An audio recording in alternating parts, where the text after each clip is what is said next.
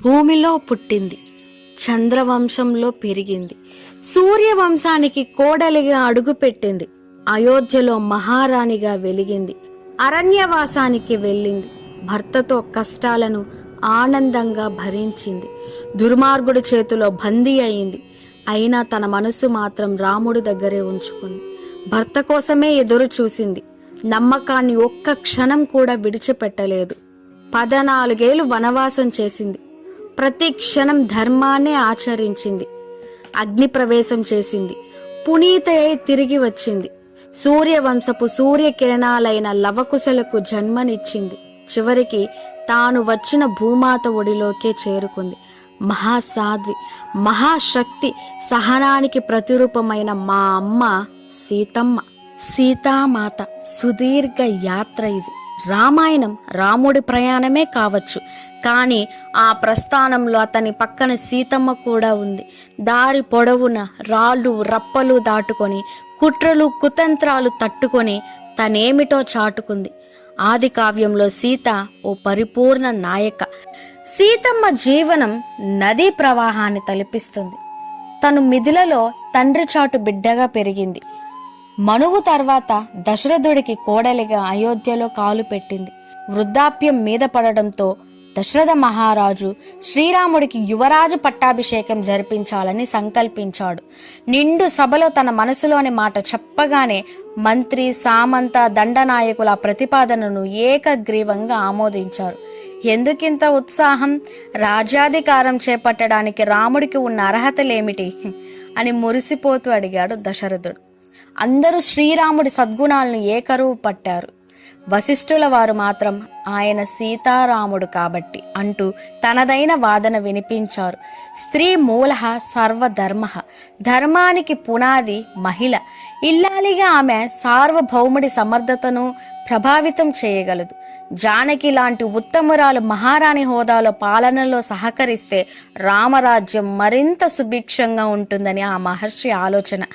రాజర్షి జనకుడి పెంపకం పట్ల ఉన్న నమ్మకము ఆ నిశ్చితాభిప్రాయానికి ఓ కారణం కావచ్చు. నిజమే, యజ్ఞభూమిలో దొరికిన బంగారు తల్లి సీతను ఆయన మామూలు ఆడపిల్లల్లా పెంచలేదు, ఆత్మవిశ్వాస ప్రతీకగా తీర్చిదిద్దాడు. కాబట్టే నా కూతురు వీర్యశుల్క, మహావీరులకే తనను పెళ్లాడే అర్హత ఉంది అని సాధికారికంగా ప్రకటించాడు. దేశ దేశాల రాకుమారులు సీతను వరించి వచ్చినా నిర్మోహమాటంగా తిరస్కరించాడు. ముక్కంటి ధనుస్సును ముక్కలు చేసిన రామచంద్రునే ఏరి కోరి అల్లుడిని చేసుకున్నాడు. రామా, ఇదిగో నా కూతురు సీత, ఆమె చేయి అందుకోవయ్యా, ఇక నుంచి నీ సహధర్మచారిని. ఛాయే వానుగత సదా జీవితాంతం, నీడలా నిన్ను అనుసరిస్తుంది అంటూ మంత్రపూర్వకంగా కన్యాదానం చేశాడు. చివరి వరకు జానకి తన తండ్రి వాగ్దానానికి కట్టుబడి ఉంది. అంతఃపురంలో ఉన్న అడవులకు వెళ్ళిన, అశోకవనంలో బందీగా బతుకుతున్న, వాల్మీకి ఆశ్రమంలో అతిథిగా తలదాచుకున్న సీతమ్మ మది నిండా మనువాడిన వాడిని ఆలోచనలే. రాముడికి కూడా సీత అంటే అపారమైన ప్రేమ.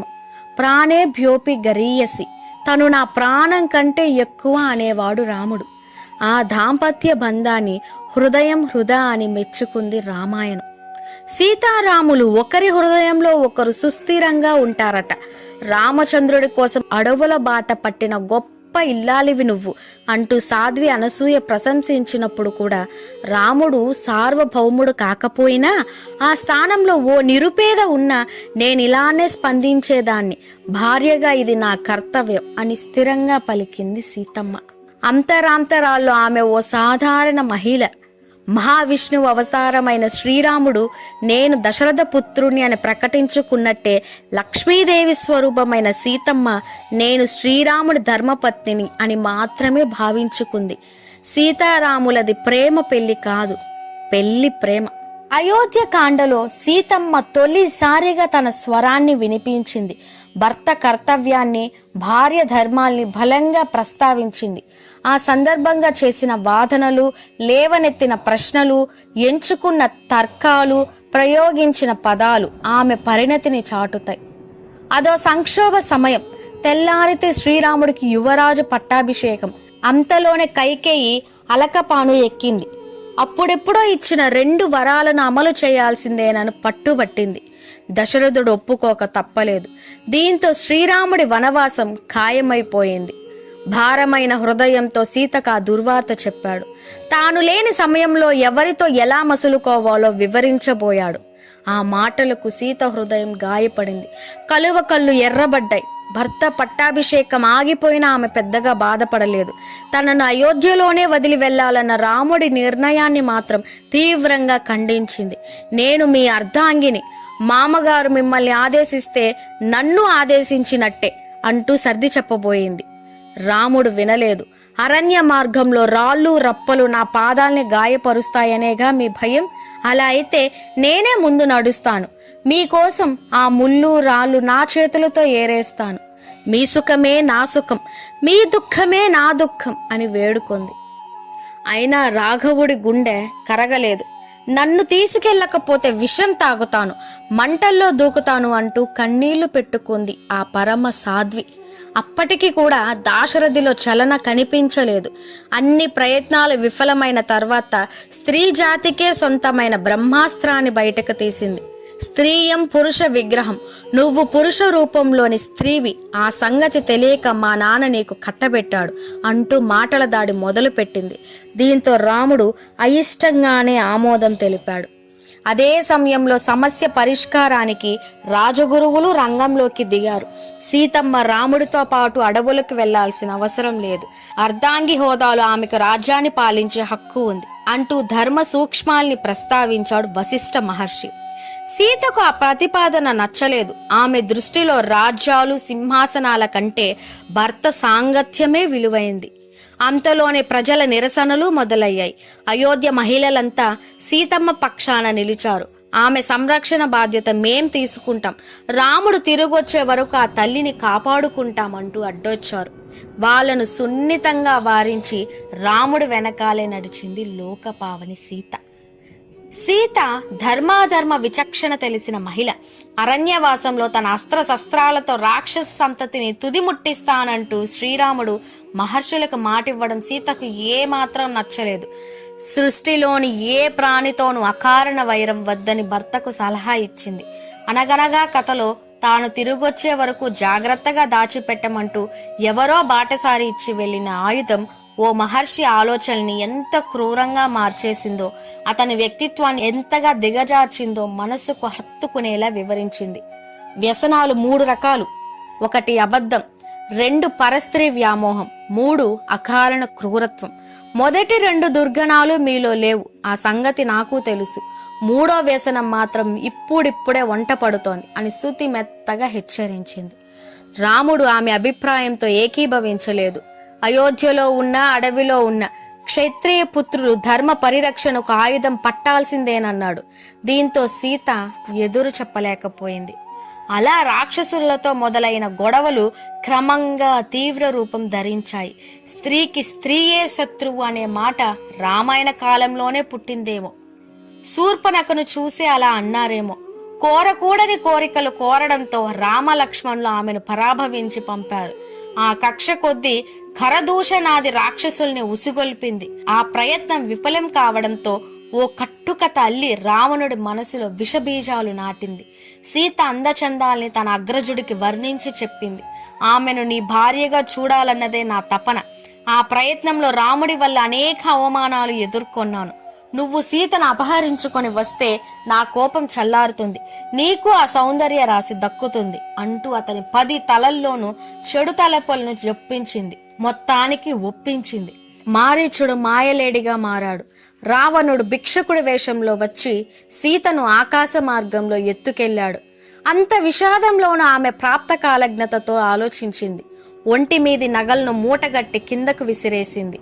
ఆ ఆనవాలుతో రాముడు తన జాడ తెలుసుకుంటాడన్న ఆశ. సీతమ్మ ప్రయత్నం వృధాగా పోలేదు. ఆ మూట వానరులతో రామలక్ష్మణుల మైత్రికి కారణమైంది. అంతటి తెలివితేటలు ఉన్న నారీమణి మా సీతాదేవి. అశోకవనంలోని సీత శోకదేవత కాదు, దుఃఖిస్తూనే కూర్చోలేదు. ఓ యోధలా ఆలోచించింది, ధీరలా ప్రవర్తించింది. రావణం భజభర్తారం, రావణుడిని భర్తగా స్వీకరించు అంటూ అసుర కాంతలు బెదిరించిన ప్రతిసారి నిర్భయంగా బదులిచ్చింది. ఆ నీచుని ప్రేమించడం కాదు కదా, నా ఎడమ కాలితోనూ తాకను, నిలువున చీల్చిన ముక్కలుగా నరికిన నిప్పుల్లో తోసిన నా నిర్ణయం మారదు అని స్థిరంగా చెప్పిన సాధ్వీమణి మన సీతామాత.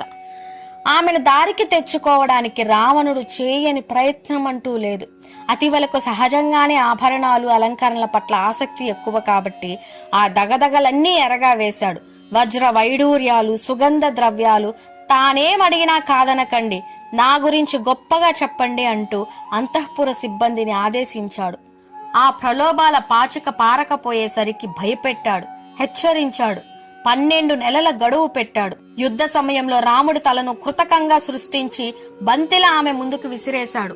అయినా సీత లొంగలేదు. దశకంఠుడిని గడ్డి పోచతో సమానంగా చూసింది. ఆ దైత్యుడితో మాట్లాడాల్సి వచ్చినప్పుడు గడ్డిపోచను అడ్డం పెట్టుకునే సంభాషించేది నా తల్లి సీతామాత.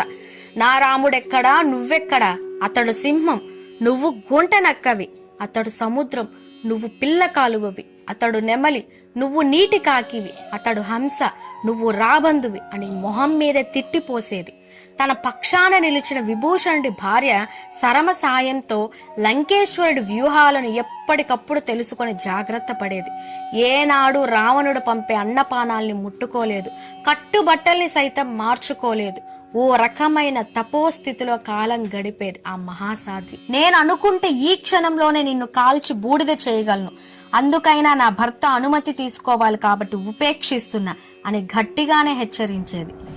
ఈగ ఆశ కొద్దీ వజ్రాన్ని మింగినా జీర్ణించుకోలేదు. నువ్వు అంతే, నన్ను అపహరించి సుఖంగా ఉండలేవు.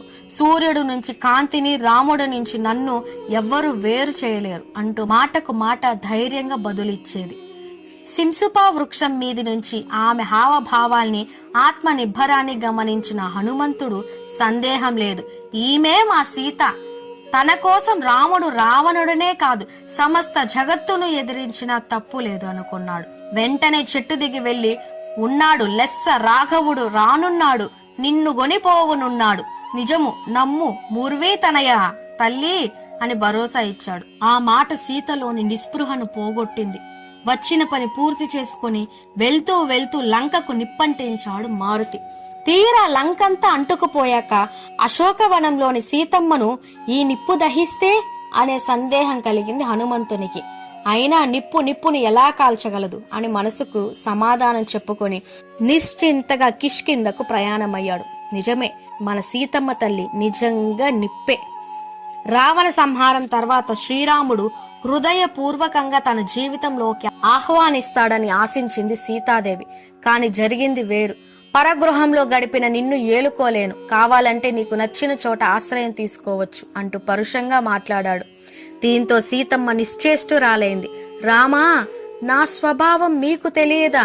పెళ్లినాటి ప్రమాణాల్ని మర్చిపోయారా అంటూ నిలదీసింది.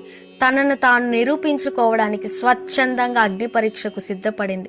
నా ఆలోచనల్లో, మాటల్లో, ఆచరణలో రాముడు తప్ప మరొకరు లేకపోతే అగ్ని నన్ను రక్షించుగాక అంటూ మంటల్లో కాలు పెట్టింది. ఆ దృశ్యాన్ని చూడలేక వానరులు కన్నీళ్లు పెట్టుకున్నారు. రాక్షస వనితలు సైతం గుండెలు బాదుకున్నారు. అంతలోనే అగ్నిదేవుడు సీతను వెంటబెట్టుకుని మంటల్లోంచి బయటకు వచ్చాడు. బ్రహ్మాదులు ఆమె దోషరహిత అని ధృవీకరించారు. నా సీత రుజువర్తన నాకు తెలియదా? సత్యవ్రతుడిని అయిన నేను ఆ సత్యాన్ని లోకానికి చాటడానికే ఇంతవరకు ఉపేక్షించాను అంటూ సీతమ్మ చేతిని అందుకున్నాడు రాముడు.